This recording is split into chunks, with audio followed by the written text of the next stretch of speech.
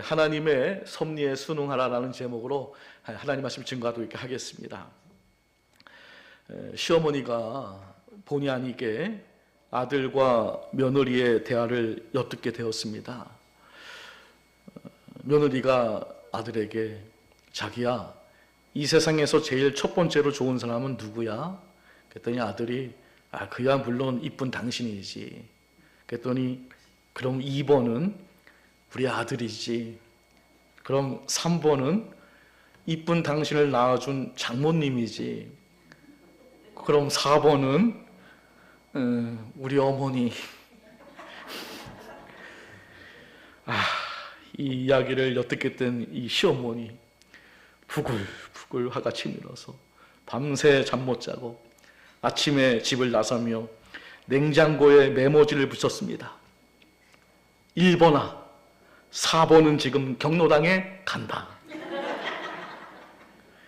여러분 몇 번이십니까? 대부분 4번인 것 같아요. 서운하시겠지만 이것이 인생 계절의 섭리입니다. 왜냐하면 여러분들도 한때는 1번이었겠죠. 근데 시간이 지나다 보니까 어느새 이제 4번이 된 겁니다. 이 섭리를 거스를 수 없습니다. 인터넷에서 본 글인데요, 너무 공감이 되더라고요. 이렇게 기록이 되어 있더라고요. 제가 읽어드리겠습니다.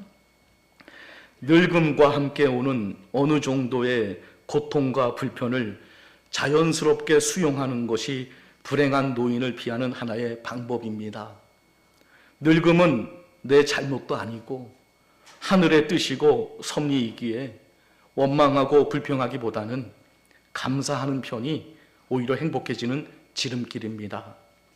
늙지 않으려 억지로 애쓰기보다는 곱게 늙고 즐겁게 나이 들기를 바라는 것이 오히려 현명합니다. 오늘까지 살아있음을 감사하고 노년의 삶을 하늘이 베풀어주는 축제로 만들어 삶을 즐기고 행복해 하는 것이 진정 노년의 기술입니다.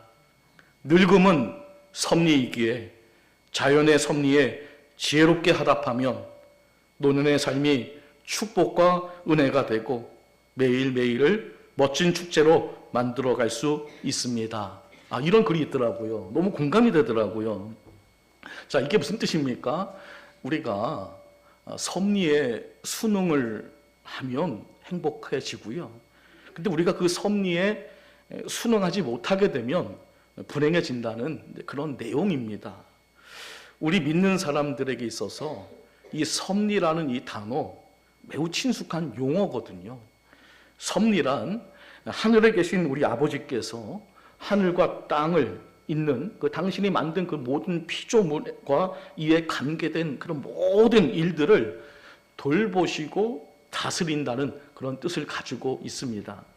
세상은 우연처럼 보이지만 사실 참새 한 마리도 하나님께서 허락하시지 아니하시면 땅에 떨어지지 않습니다. 그게 성경 말씀이거든요. 마태복음 10장 29절 말씀 함께 읽어보겠습니다. 자, 시작. 참새 2마리가 한 아사리온에 팔리지 않느냐. 그러나 너희 아버지께서 허락하지 아니하시면 그 하나도 땅에 떨어지지 아니하리라. 아멘. 참새 한 마리, 그 별거 아닌 그 참새 한 마리도 하나님께서 허락하지 않으면 땅에 떨어지지 않습니다. 하나님께서는요, 우주 만물을 창조하시고 또 그 창조하신 그 모든 것들을 보존하시고 돌보시고 통치하십니다. 특히 예수님을 믿고 구원받은 우리 하나님의 자녀들을요, 하나님은 특별한 방법으로 보존하시고 돌보시고 다스립니다. 우리가 이것을 믿는 것을 섭리 신앙이라고 말합니다. 오늘 본문도 그런 내용인데요. 하나님께서 이제 선민이 된 이 야곱의 아들들을 그냥 대충 살게 방치하지 아니하시고 하나님께서 그들을 보존하시고 돌보시고 다스리시는 그런 내용입니다. 바로 하나님은 야곱의 아들들, 그 가족들을 이 가나안 땅에서 애굽의 고센 땅으로 이제 이주시키는, 그 정착시키는 그 과정에서 하나님의 놀라운 섭리를 잘 보여주고 있는데요. 왜 하필 고센 땅일까? 이것도 다 하나님의 섭리가 있었더라고요. 일단은 우리가 세 가지로 볼 수가 있는데요. 첫째는 이스라엘 민족을 잘 보존하시려는 하나님의 놀라운 섭리였다는 거예요. 애굽 땅에는 그 당시에 그 직업에 따라 신분이 결정이 되었다고 해요. 근데 이 가축을 치는 사람이 가장 낮은 신분이었다고 합니다. 그래서 이 신분은 애굽에, 이집트의 신전에 출입할 수도 없고 또 다른 신분의 사람과도 결혼을 못합니다. 상종조차 금지당하는 그런 계급이었는데요. 그 지역적으로도 거주의 제한을 받습니다. 아무데나 갈 수가 없습니다. 그런데 여러분, 이게 오히려 순수한 이스라엘 민족을 보존하는 데 있어서 놀라운 하나님의 섭리였다는 거예요. 오직 그들끼리만 결혼을 하고 딴 지역으로 갈 수도 없고 또 애굽의 신전, 그 우상 숭배하는 곳에 갈 수도 없고, 그래서 그곳에서 오직 하나님만을 섬기며 그 민족의 그 혈통을 보존할 수 있었다는 것입니다. 놀라운 섭리죠. 두 번째는 출애굽 여정을 위한 또 하나님의 놀라운 섭리인데요. 이 고센 땅은 이집트 북동쪽에 위치하고 있습니다. 그래서 이 가나안 땅과 가장 가까운 땅이거든요. 그래서 이집트를 탈출할 때 지리적으로 굉장히 적당한 곳이었습니다. 만약에 이집트 남쪽 땅에 있었다면 아마 그들이 이집트를 탈출하는데 굉장히 어려움이 있었을 것입니다. 그러나 훗날 이스라엘 민족을 가나안 땅에 정착시키기 위한 하나님의 놀라운 섭리였다는 것이죠. 그리고 그들이 그 고센 땅에서 목축업을 할 수 있었던 것도 큰 하나님의 섭리였는데요. 그들이 그 고센 땅에서 소를 키우고 양을 키웠거든요. 근데 여러분, 훗날 그 유월절 제정을 할 때 그 장자가 죽음을 당할 때 그 문설주에 그 양의 피를 바르면 그 죽음의 저주가 넘어가지 않았습니까? 그 수많은 양들, 그거 어디서 났습니까? 바로 이들이 이 지역에서 양을 치면서 그 양들, 그 자기네들이 길렀던 그 양들이 자기들의 생명을 구해 준 겁니다. 자, 이렇게 우리가 볼 때는 그게 별거 아닌 것 같지만 이렇게 하나님의 섭리는 정말 놀라운 겁니다. 그 당시에는 잘 이해가 되지 않았지만 왜 가나안 땅에서 왜 우리가 고센 땅으로 가야 하는 거야? 이렇게 생각을 했지만 이게 지나놓고 보니까 참 놀라운 하나님의 섭리였다는 겁니다. 이 세상에 우연은 없습니다. 요셉이 애굽의 총리가 된 것도, 또 기근이 너무 심해서 이 야곱의 가족들이 이 애굽 고센 땅에 거하게 된 것도, 이건 우연이 아니라 이 모든 것이 다 하나님의 섭리였다는 겁니다. 자, 그렇다면 지금 우리가 겪고 있는 일들도 다 우연이 아니라는 것입니다. 여러분들이 지금 금남년 용포주로 이사 온 분도 있을 것인데 그거 다 우연 아닙니다. 하나님의 섭리인 줄 믿습니다. 여러분들이 대평교에 나와서 지금 예배드리게 된 것도 하나님의 섭리인 줄로 우리는 믿습니다. 그러므로 우리는 우리의 삶 속에서 하나님의 섭리를 발견할 수 있어야 합니다. 이 하나님의 섭리를 발견하게 되면 원망 불평이 사라지게 되고요, 그리고 감사할 수 있게 되고요, 놀라운 승리를 맛보게 될 겁니다. 바로 요셉이 바로 이런 섭리신앙을 가지고 있었는데요. 자, 요셉은 어떤 사람입니까? 그는 상상할 수 없는 엄청난 고난을 당한 사람입니다. 뭐 다른 사람도 아니고 자신의 형들의 질투로 애굽의 노예로 팔려가지 않았습니까? 그런데 성경을 보니까 이 요셉이 이런 어려운 상황에서도 하나님을 원망하거나 불평하지 않았습니다. 이게 어떻게 가능했을까요? 바로 섭리신앙을 가지고 있었던 겁니다. 하나님의 놀라운 섭리가 있을 거야, 그것을 기대하는 그 섭리신앙이 있었다는 겁니다. 그것을 알 수 있는 대목이 있는데요. 요셉이 이제 총리가 된 후에 이제 자신의 가족들을 불러들이지 않습니까? 자, 그러다 보니까 형들이 양심의 가책을 느낀 겁니다. 아유, 동생은 우리가 팔았는데, 아유, 보니까 이 요셉이 총리가 됐어요. 그러니까, 이게 굉장히 불안해합니다. 이 동생이 좀 악한 감정을 갖고 우리를 어떻게 해치는 거 아니야? 이런 불안한 마음을 갖고 있을 때 요셉이 형들을 이제 안심시키는데요. 자, 그 내용을 한번 보도록 하겠습니다. 창세기 45장 4절에서 8절까지의 말씀, 좀 길지만 함께 읽어보도록 하겠습니다. 자, 시작.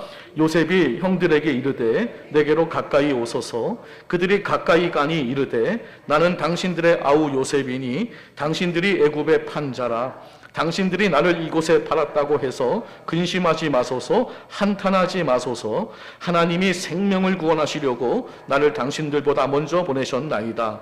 이 땅에 2년 동안 흉년이 들었으나 아직 5년은 밭갈이도 못하고 추수도 못할지라. 하나님이 큰 구원으로 당신들의 생명을 보존하고 당신들의 후손을 세상에 두시려고 나를 당신들보다 먼저 보내셨나니 그런즉 나를 이리로 보낸 이는 당신들이 아니요 하나님이시라. 하나님이 나를 바로에게 아버지로 삼으시고 그 온 집의 주로 삼으시며 애굽 온 땅의 통치자로 삼으셨나이다. 아멘. 그러니까 요셉이 그 어려운 그 환경을 극복할 수 있었던 것은 그 자신이 당한 그 고난이 형들의 잘못이 아니라 하나님께서 우리 가족들을 그 생명을 구원하시려고 자신을 먼저 이 이집트에 보내신 그 하나님의 섭리로 받아들였다는 것이죠. 거기에 순응했기 때문이라는 것입니다. 바로 이런 섭리신앙이 있었기에 요셉은 그 엄청난 고난을 극복할 수 있었던 것입니다. 우리가 인생을 살아가면서 이해하기 어려운 일들을 자주 마주하게 됩니다. 왜 이런 고난과 불행이 내게 찾아왔는지 참 막막할 때가 있거든요. 뭐 어떤 분들은 왜 내가 장애를 갖고 태어나야 했는지, 왜 내가 이 가난한 집에 태어나 내가 왜 이 고생을 해야 하는지, 우리가 다 알 수 없고 또 이해되지 않는 일들 속에서도 하나님의 그 선하신 뜻과 계획이 있다는 것을 확신하는 것이 바로 섭리신앙입니다. 따라서 하나님 섭리신앙은 어떤 환경에서도 우리 성도들을 온전하게 하는 축복의 열쇠가 되는 줄 저는 믿습니다. 그래서 섭리신앙으로 사는 것이 슬기로운 신앙생활이요, 그게 행복한 삶이요, 또 놀라운 승리의 비결인 줄 믿습니다. 여러분 모두 섭리신앙으로 이 인생을 멋지게 행복하게 승리하며 살아가시기를 주님의 이름으로 축복합니다. 자, 그러면 왜 하나님의 섭리에 순응하는 것이, 왜 그것이 행복이고 왜 그것이 승리의 인생인가에 대해서 함께 하나님 말씀을 나눠보도록 하겠습니다. 그 첫 번째는요, 하나님의 섭리는 언제나 항상 선하기 때문에 그렇습니다. 요셉을 애굽에 판 형들이 자꾸 요셉을 두려워하자 요셉이 또 이렇게 말을 했는데요. 창세기 50장 20절 말씀 읽어보겠습니다. 자, 시작. 당신들은 나를 해하려 하였으나 하나님은 그것을 선으로 바꾸사 오늘과 같이 많은 백성의 생명을 구원하게 하시려 하셨나니. 아멘. 그러니까 요셉이 말하기를, 형이요, 형들이 그 당시에 행했던 것들은 그 나쁜 행동이었지만 그러나 하나님께서 그것을 다 선으로 바꿔줬습니다. 하나님의 선한 섭리로 그랬던 겁니다. 그러니까 너무 자책하지 마세요 라고 지금 말하고 있는 거거든요. 요셉은 하나님의 섭리는 선하다는 것을 강조하고 있는 겁니다. 로마서 8장 28절 한번 또 읽어보도록 하겠습니다. 로마서 8장 28절. 자, 시작. 우리가 알거니와 하나님을 사랑하는 자, 곧 그의 뜻대로 부르심을 입은 자들에게는 모든 것이 합력하여 선을 이루느니라. 아멘. 그러니까 하나님의 뜻대로 부르심을 입은 자들, 예수 믿고 구원받은 우리 성도들, 하나님의 섭리는 궁극적으로 나쁜 일이 일어나지 않게 이제 한다는 것이죠. 비록 때로는 믿음의 사람들에게 뭐 어려움도 오고 불행도 찾아오기도 하고 또 죄에 대한 징계를 또 받기도 하지만, 그러나 그것은 선을 이루시기 위한 사랑의 방편이라는 것입니다. 그러므로 하나님의 선한 손길이 항상 믿는 자들에게 임한다는 사실을 잊지 말아야 할 줄 믿습니다. 하나님의 섭리는요, 모든 것이 합력하여 선을 이루시는 그 놀라운 손길인 것입니다. 약속의 땅인 이 가나안 땅에 잘 살고 있었던 그 야곱의 가족들을 굳이 이집트로 이주하게 하신 것이 정말 그것이 그 하나님의 섭리가 정당한 것인가? 그게 선한 것인가? 답은 그렇다는 겁니다. 이 가나안 땅에서요, 야곱의 자손들이 그 한 민족을 이룬다는 것은 굉장히 그 당시에는 어려웠습니다. 그래서 하나님께서는 그들을 약 한 400년 동안 애굽으로 이주시켜서 그 좋은 땅에서 이 이스라엘 민족을 강한 민족으로 만드시는 그런 놀라운 섭리가 있었다는 것이죠. 또 뿐만 아니라 이 가나안 땅이 굉장히 죄악으로 굉장히 악한 땅이었습니다. 그래서 하나님께서 그래도 어느 정도 이 죄악이 가득 차지 아니할 때까지는 이 이스라엘 민족을 애굽 땅으로 하나님께서 이주를 시킨 겁니다. 자, 그 장면이 창세기 15장 16절 하나님께서 아브라함에게 하신 말씀입니다. 읽어볼게요. 자, 시작. 내 자손은 4대 만에 이 땅으로 돌아오리니 이는 아모리 족속의 죄악이 아직 가득 차지 아니함이니라 하시더니 아멘. 그러니까 아모리 족속의 죄악이 너무나 이게 심했기 때문에 하나님께서 이 이스라엘 민족을 애굽으로 이주시켰다가 이것이 어느 정도 진정이 됐을 때 하나님께서 이스라엘 민족을 가나안 땅으로 다시 돌아오게 하셨다는 것이죠. 그러니까 하나님의 섭리는 선한 겁니다. 왜 우리가 거기로 가야 됩니까? 이게 아니라 하나님의 섭리는 선한 겁니다. 또한 여러분들이 잘 알다시피 이집트를 이스라엘 백성들이 탈출하지 않습니까? 근데 이집트를 탈출할 때 사실 가나안 땅으로 갈 수 있는 좋은 길이 있었거든요. 이 해변길로 가면 최소한 2주면 이 가나안 땅에 들어갈 수 있습니다. 근데 하나님께서 이 이스라엘 백성들을 이 해변길로 인도하신 것이 아니라 이 광야길로 인도하신 거거든요. 자, 그렇다면 이런 하나님의 섭리는 선한 것인가? 답은 그렇다는 겁니다. 자, 출애굽기 13장 17절 또 읽어보겠습니다. 자, 시작. 바로가 백성을 보낸 후에 블레셋 사람의 땅의 길은 가까울지라도 하나님이 그들을 그 길로 인도하지 아니하셨으니 이는 하나님이 말씀하시기를 이 백성이 전쟁을 하게 되면 마음을 돌이켜 애굽으로 돌아갈까 하셨습니다. 아멘. 자, 그 당시에는 광야길이 좋아 보이지 않았겠죠. 힘들었겠죠. 그러나 이 하나님의 섭리는 그쪽 땅으로 가게 되면 그 좋은 땅으로 가게 되면 해변가 길을 가게 되면 전쟁이 일어나게 돼서 이들이 애굽으로 돌아갈까 해서 하나님께서 광야길로 인도를 또 하셨다는 겁니다. 또 신명기 8장 2절 3절 말씀 또 읽어보겠습니다. 자, 시작. 내 하나님 여호와께서 이 40년 동안에 내게 광야길을 걷게 하신 것을 기억하라. 이는 너를 낮추시며 너를 시험하사 내 마음이 어떠한지 그 명령을 지키는지 지키지 않는지 알려 하심이라. 너를 낮추시며 너를 줄이게 하시며 또 너로 알지 못하며 내 조상들도 알지 못하던 만나를 내게 먹이신 것은 사람이 떡으로만 사는 것이 아니요 여호와의 입에서 나오는 모든 말씀으로 사는 줄을 내가 알게 하려 하심이니라. 아멘. 자, 이런 섭리가 있었다는 거죠. 그들을 낮추시고 또 정말 우리가 이 땅을 살아가게 될 때 우리가 살 수 있는 방법은 여호와의 말씀으로 우리가 사는 것이다. 그런데 이스라엘 백성들이 이 섭리를 이해하지 못했습니다. 이 섭리를 받아들이지 못하니까 이들이 광야에서 계속 하나님을 원망하고 이제 불평했다는 것이죠. 반복되는 말씀이지만 우리는 인생을 살면서 이해할 수 없는 수많은 고난을 당하게 됩니다. 원치 않는 불행을 당하기도 합니다. 내 의지와 선택과 상관없는 슬픔이 주어지기도 하죠. 그러면 대부분의 사람들은 인생이 공정하지 않다라고 원망 불평합니다. 왜 내 인생은 이렇게 꼬이는 거야? 왜 내 인생에 이렇게 재수가 없을까? 그러나 우리 믿는 자들은 이렇게 생각을 해야 되는데요. 앞에 화면 보시면 빨간 글씨가 있거든요. 한번 함께 큰 소리로 한번 읽어보겠습니다. 자, 시작. 내가 당하는 모든 일은 정당하고 옳은 것이다. 아멘.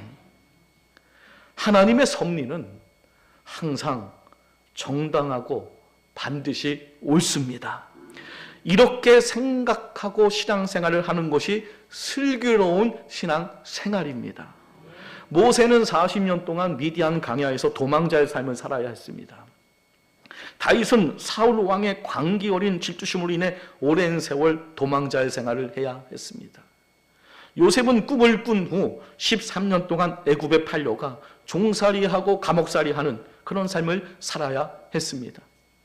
하지만 그 세월 속에서도 하나님은 오르셨습니다. 하나님의 선하신 뜻과 계획이 이루어지는 과정이었습니다.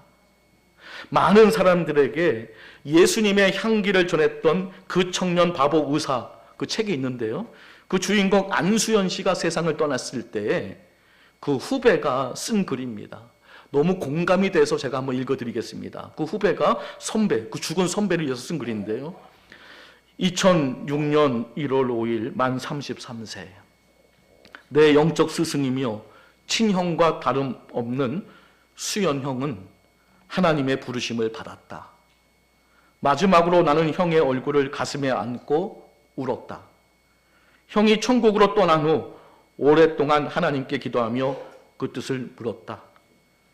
하나님, 형이 이 땅에 남아있으면 더 많은 사람들에게 예수님의 향기를 전하고 더 많은 주의 일을 했을 텐데 굳이 형을 부르신 이유가 무엇입니까? 하나님, 이거 손해 아닌가요? 너무 궁금해서 미칠 것 같았다. 아직도 확실하게는 잘 모르겠다. 하지만 하나님이 하시는 일은 옳다라는 결론을 내린다. 예수님이 이 세상에 오신 것, 그리고 돌아가신 것도 이성적으로는 이해할 수 없지만 그것이 하나님의 엄청난 구원의 역사의 핵심이 된 것 같이 형의 죽음도 그렇다고 믿는다. 이런 글이 있더라고요. 이해하기 힘든 상황 속에서도 우리가 하나님은 옳습니다 라는 결론을 우리가 내릴 수 있는 것이 진정한 믿음이 아닐까요? 믿는 것과 이해하는 것은 항상 같이 가지는 않습니다. 유한하고 무지무능한 우리 인간이 어떻게 무한하시고 전지전능하신 하나님의 뜻과 섭리를 다 이해할 수 있겠습니까? 때론 이해되지 않더라도 믿는 겁니다.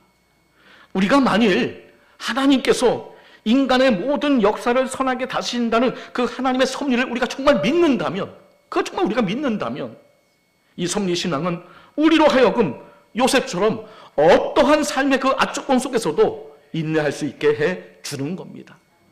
왜냐하면 결국 모든 것이 합력하여 선한 것으로 하나님께서 이루어 주실 것을 믿기 때문에 그런 겁니다. 그러므로 모든 상황 속에서도 하나님의 선하신 뜻을 신뢰하며 섭리에 순응하는 믿음으로 승리하시기를 주님의 이름으로 축복합니다. 두 번째는 하나님의 섭리는 위대하기 때문에 그렇습니다. 자, 이사야서 55장 8절 9절 말씀 우리 큰 소리로 합독합니다. 자, 시작. 이는 내 생각이 너희의 생각과 다르며 내 길은 너희의 길과 다름이니라. 여호와의 말씀이니라. 이는 하늘이 땅보다 높음같이 내 길은 너희의 길보다 높으며 내 생각은 너희의 생각보다 높음이니라. 아멘. 왜 우리가 하나님의 섭리에 순응해야 되는가? 그것은요, 하나님의 섭리는 너무나 위대합니다. 하나님의 섭리는 우리 인간의 상상을 초월합니다. 하나님의 생각과 계획은 인간의 생각과 계획보다 너무나 높습니다. 그리고 그 위대성은 단지 계획만 높은 것이 아니라 그 계획을 반드시 이루시는 그 능력이 우리 주님에게 있다는 것도 꼭 기억해야 할 줄 믿습니다. 아무리 계획이 위대해도 그것을 실현할 수 없다면 그것은 위대하다고 말할 수가 없는 겁니다. 바로 이런 면에서 하나님의 섭리는 위대한 겁니다. 그리고 또 중요한 사실은 하나님은요, 우리 각자를 향한 위대한 계획을 가지고 계십니다. 오늘 이 자리에 모인 여러분들 모두 각자에 대한 하나님의 위대한 계획이 있다는 것을 꼭 믿으시기를 바랍니다. 우리를 향한 하나님의 가장 위대한 계획은요, 당신의 아들 예수님을 믿고 구원받게 하시는 겁니다. 놀라운 계획입니다. 그리고 구원받은 성도들이 이 땅에서 승리의 삶을 살게 하는 것이 또 하나님의 위대한 계획인 것입니다. 또한 구원받은 성도들이 장차 왕 노릇하게 하는 것이 또한 하나님의 놀라운 섭리인 것입니다. 계시록 5장 10절 말씀 읽어보겠습니다. 자, 시작. 그들로 우리 하나님 앞에서 나라와 제사장들을 삼으셨으니 그들이 땅에서 왕 노릇하리로다 하더라. 아멘. 하나님의 섭리는 위대합니다. 계시록 22장 5절 말씀 또 읽어보겠습니다. 자, 시작. 다시 밤이 없겠고 등불과 햇빛이 쓸데없으니 이는 주 하나님이 그들에게 비추심이라. 그들이 세세토록 왕노릇 하리로다. 아멘. 하나님은 단지 예수님을 믿음으로 말미암아 죄와 사망에서 검진받는 것에 그치지 않고 여러분들이 이 땅에서 멋진 승리의 삶을 살게 하십니다. 그리고 궁극적으로 우리가 영원토록 왕노릇하게 하시는 그 위대한 계획을 가지고 계신 것입니다. 그러므로 위대한 삶을 살려면 하나님의 섭리에 순응해야 될 줄 믿습니다. 모세와 다윗은 위대한 삶을 살았습니다. 그 이유가 무엇이었습니까? 그들의 생각이 위대했기 때문에 그런 게 아닙니다. 위대하신 하나님의 섭리대로 살았기 때문인 것입니다. 하나님의 섭리는 위대합니다. 그러므로 그 섭리를 우리가 따르게 될 때 인간은 가장 행복하고요, 가장 위대해지고요, 풍성한 삶을 살게 되는 것입니다. 그러므로 나의 생각을 내려놓고 더 크고 더 위대하신 하나님의 계획에 여러분 자신을 맡기는 삶을 살아가시기를 예수님의 이름으로 간절히 축복합니다. 마지막 세 번째는요, 하나님의 섭리는 조화롭기 때문에 그렇습니다. 로마서 8장 28절 말씀 다시 한번 또 읽어보겠습니다. 자, 시작. 우리가 알거니와 하나님을 사랑하는 자, 곧 그의 뜻대로 부르심을 입은 자들에게는 모든 것이 합력하여 선을 이루느니라. 아멘. 여기 모든 것, 이 모든 것이 뭡니까? 좋은 일도 있겠지만 나쁜 일, 불행한 일, 슬픈 일, 이런 모든 것을 다 포함하고 있습니다. 그러니까 선해 보이지 않는 것들이 다 합력하여, 이게 다 합해져서 하나님께서 그것을 선으로 이루신다는 겁니다. 이 능력은 하나님만 갖고 계십니다. 여러분, 야곱이 자신의 인생을 이제 소개하는 내용이 있는데요. 창세기 47장 9절, 야곱이 자신의 인생을 어떻게 소개하는지 함께 읽어보도록 하겠습니다. 자, 시작. 야곱이 바로에게 아뢰되 내 나그네 길의 세월이 130년이니이다. 내 나이 얼마 되지 못되니 우리 조상의 나그네 길의 연조에 미치지 못하나 험악한 세월을 보내었나이다 하고. 여러분, 야곱이 어떤 세월을 보냈다고 말합니까? 험악한 세월을 보냈다. 우리가 야곱의 인생을 보게 되면 정말 험악한 일들이 많이 있었습니다. 근데 놀라운 사실은 하나님께서 야곱의 인생을, 그 모든 것들을 다 합해서 하나님께서 조화로운 인생으로 만들어 주셨습니다. 그래서 야곱은 이름이 이스라엘이 되고요, 그리고 믿음의 조상의 반열에 그 이름이 올라가게 됩니다. 여러분, 의사가 환자를 이제 진찰하고 이제 적절한 처방을 내리면서 여러 가지 약들을 혼합해서 조제를 해줍니다. 근데 그 약은 각각으로 봤을 때는 이게 독극물이 될 수도 있는 겁니다. 근데 그 약과 약이 잘 합해져서 이것이 환자에게는 좋은 영향을 미치는 효과를 가져오는 겁니다. 바클레이라는 유명한 신학자가 우리가 읽었던 이 성경을 해석을 이렇게 했는데요. 이렇게 해석을 합니다. 우리는 하나님이 당신을 사랑하는 자들을 위해 모든 것을 선하게 혼합하심을 안다. 우리의 삶에서 겪는 일들을 하나씩 떼어 놓으면 이게 전혀 선하게 보이지 않습니다.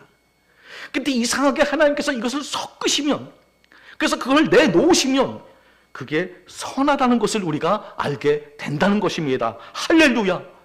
그러므로 우리는 전체를 볼 수 있어야 할 줄 믿습니다. 야곱이 인생에서 겪은 일들을 하나씩 떼어 놓으면 절대로 이건 선한 인생이 아닙니다. 험악한 세월입니다. 근데 그것을 하나님께서 오묘하게 선하게 섞으시니까 야곱의 인생 전체를 아주 선하게 만들어 주신 것이죠. 화가가 그림을 그릴 때 전혀 어울리지 않는 것 같은 이 색을 이리저리 섞어서 그림을 그립니다. 근데 여러분, 이 그림이 완성되었을 때는 감탄을 합니다. 와, 너무 그림이 멋지네. 여러분, 배짱이, 개미와 배짱이 이야기 아시죠? 이 배짱이가 겪었던 그 일들을 나눠서 생각해 보시기 바랍니다. 그러면 배짱이의 인생은 굉장히 아름다운 겁니다. 바이올린 치고 편하게 쉬고 각각을 놓고 보면 굉장히 아름다운 그림입니다. 근데 이걸 전체를 섞어 놓으면 배짱이의 인생은 선하지 않은 인생이 됩니다. 반면에 개미의 인생은 수고하고 열심히 일하고 땀을 흘리고 각각으로 놓고 보면 고생하는 인생입니다. 근데 개미의 그 전체 그림을 놓고 보면 개미는 굉장히 조화로운 아름다운 그림인 겁니다. 여러분, 요셉을 보시기 바랍니다. 16세 나이에 형들에게 배반당해서 애굽의 노예로 끌려가게 되고, 또 열심히 자기는 죄를 짓지 않으려고 한 건데 누명을 쓰고 감옥에 들어가고, 하나씩 하나씩 떼어놓으면 전혀 선하게 보이는 인생이 아닙니다. 그러나 하나님께서 이것들을 적절히 혼합하셔서 요셉의 인생을 굉장히 아름다운 인생으로 만들어 주십니다. 다윗의 인생사도 마찬가지죠. 사울 왕에게 쫓겨다니고 자녀 간에 살인을 하고 자녀가 자신을 반역을 하고, 정말 이게 선하게 볼 수 있는 인생이 아닙니다. 하지만 하나님께서 이것저것 다 혼합하셔서 다윗의 인생을 선하게 만들어 주셨습니다. 이 능력이 하나님에게 있습니다. 하나님의 섭리는 이처럼 조화로운 것입니다. 어떻게 인간이 이것을 만들 수 있겠습니까? 그러므로 우리는 하나님의 섭리대로 살면서 인내해야 할 줄 믿습니다. 아직은 전체 그림이 나오지 않았습니다. 여러분의 인생의 전체 그림이 아직은 나오지 않았습니다. 그래서 잘은 모르지만 확실한 것은 선한 그림이 나온다는 것입니다. 이것이 믿어지시길 주의 이름으로 축복합니다. 기대하셔도 좋습니다. 우리 선하신 하나님께서 여러분의 인생을 이것저것 다 모아서 선한 그림이 되게 해 주실 겁니다. 그러므로 하나님의 섭리를 따라가야 합니다. 그러면 선한 그림이 반드시 나올 줄 믿습니다. 지금은 이해되지 않는 삶의 조각들 속에서도 끝내 아름다운 그림을 이루실 그 하나님을 믿고 인내하며 따라가시기를 예수님의 이름으로 간절히 축복합니다. 말씀을 정리하겠습니다. 우연은 없습니다. 우리는 하나님의 섭리를 깨닫고 그 하나님의 섭리대로 살아가야 합니다. 그게 행복이고 그게 승리의 비결인 겁니다. 우리가 하나님의 섭리를, 신앙을 가져야 할 이유는 하나님의 섭리는 너무나 선하기 때문에 그렇습니다. 항상 옳습니다. 하나님의 섭리는 위대합니다. 그리고 하나님의 섭리는 조화롭습니다. 사랑하는 성도 여러분, 우연처럼 보이는 모든 순간 속에 하나님의 섭리가 흐르고 있음을 믿으시기를 바랍니다. 그리고 그 섭리에 순응함으로 정당하고 옳은 인생, 위대하고 조화로운 인생으로 승리하시기를 주 예수 그리스도의 이름으로 간절히 축원합니다. 기도하시겠습니다. 은혜로우신 아버지 하나님, 오늘 말씀을 통해 우리 인생에 우연은 없고 모든 것이 하나님의 섭리 가운데 있음을 다시 깨닫게 하시니 참으로 감사를 드립니다. 이해되지 않는 현실 앞에서도 원망하고 불평하기보다 요셉처럼 하나님의 선하신 뜻을 신뢰하게 하옵소서. 지금은 고난처럼 보이는 일들 속에서도 위대하고 선한 계획을 이루어 가시는 하나님을 바라보게 하시고 끝내 모든 것을 조화롭게 하실 우리 주님을 믿고 인내하게 하옵소서. 하나님의 섭리에 순응함으로 우리의 삶이 감사로 바뀌고 상처가 간증이 되며 고난이 축복이 되게 해 주옵소서. 우리의 인생을 주님의 손에 온전히 맡기오니 선한 길로 인도해 주옵소서. 예수 그리스도의 이름으로 간절히 기도드립니다. 아멘.